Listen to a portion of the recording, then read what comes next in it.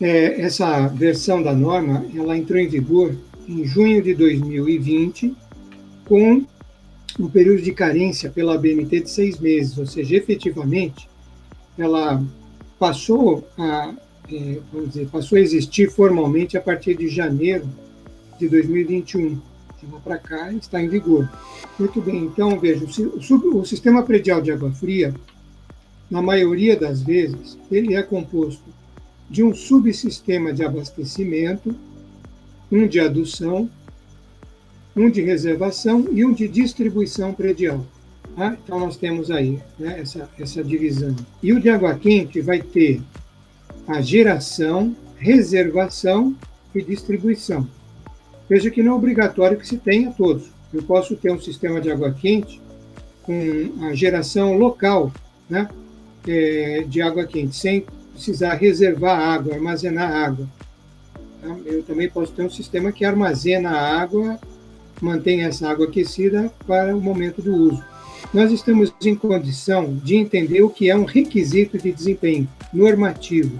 O requisito de desempenho é a formulação, vejam que está ressaltado, qualitativa das propriedades que um edifício ou partes do edifício, por exemplo, sistema de água fria, sistema de água quente, tem que atender para suprir necessidades do usuário.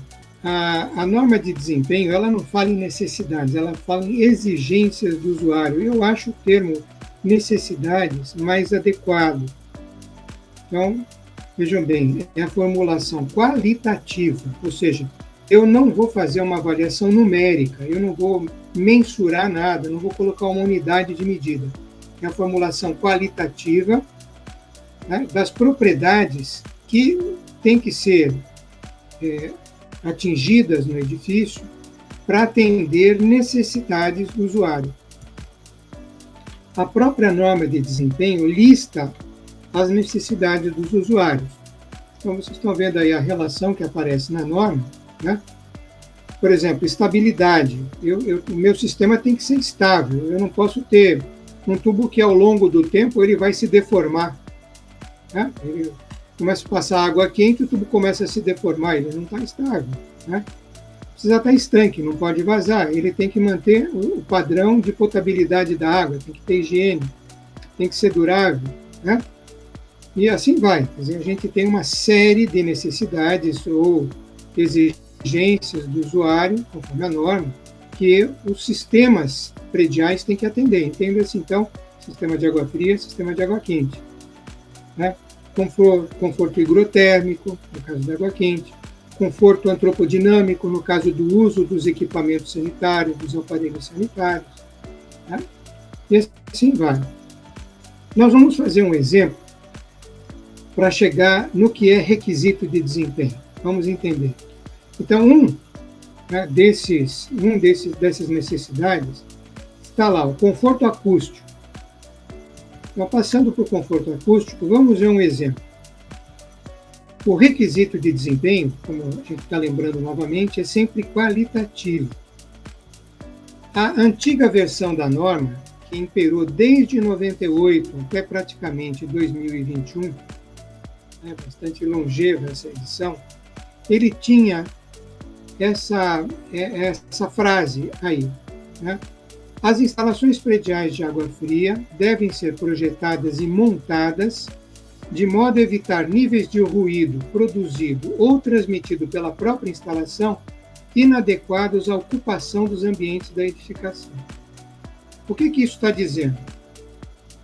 Em primeiro lugar, não tem número nenhum.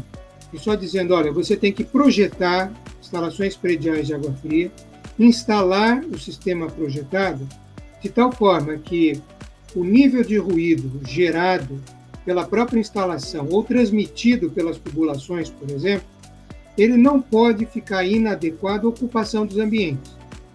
Então, veja, uma coisa é eu ter um tubo que, ao escoar a água por atrito, gera ruído, e esse tubo está passando no teto do segundo subsolo de um edifício. A outra coisa é ter o mesmo tubo, com a mesma vazão, o mesmo material, passando dentro do forro falso no teto de um apartamento de hospital. Concorda comigo? Então, a norma diz exatamente e simplesmente isso, né? Os níveis de ruído produzidos, né, nas instalações prediais de água fria não podem ser inadequados à ocupação dos ambientes.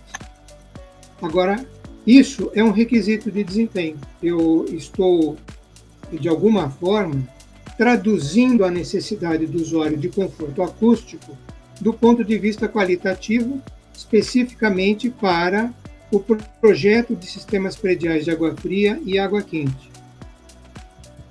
Agora vamos para o critério de desempenho correspondente a esse requisito que acabamos de ver. Nessa mesma versão anterior da norma, nesse item 534, nós temos a seguinte frase, que traduz um critério de desempenho. Hoje esse critério já não existe mais tal qual estava na versão anterior.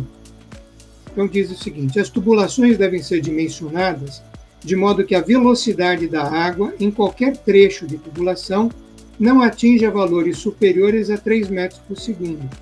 Veja, se é o escoamento da água por a tubulação de um determinado material, associado ao local aonde essa tubulação está instalada, a forma com que essa tubulação está suportada, né? Se ela vibra, se ela não vibra, se ela está embutida, se ela está correndo dentro de forro falso, enfim, né? Veja, o critério, o requisito de desempenho só disse, olha, você não pode, ele tem que estar adequado ao ambiente, né, aonde essas tubulações vão ser instaladas. Aí já tem um critério quantitativo, dizendo, olha, quanto maior a velocidade, maior o ruído. Então, vamos limitar essa velocidade em 3 metros por segundo. Vejam que essa nova frase, ela reflete um critério de desempenho quantitativo, 3 metros por segundo, relacionado ao requisito de desempenho, de limitar o ruído nos locais aonde passam as tubulações, percebe? Então, veja, da necessidade de conforto acústico do usuário, a norma entendeu essa necessidade e colocou um requisito de desempenho, que pode ser desdobrado, pode ser mensurado, através de um correspondente critério de desempenho.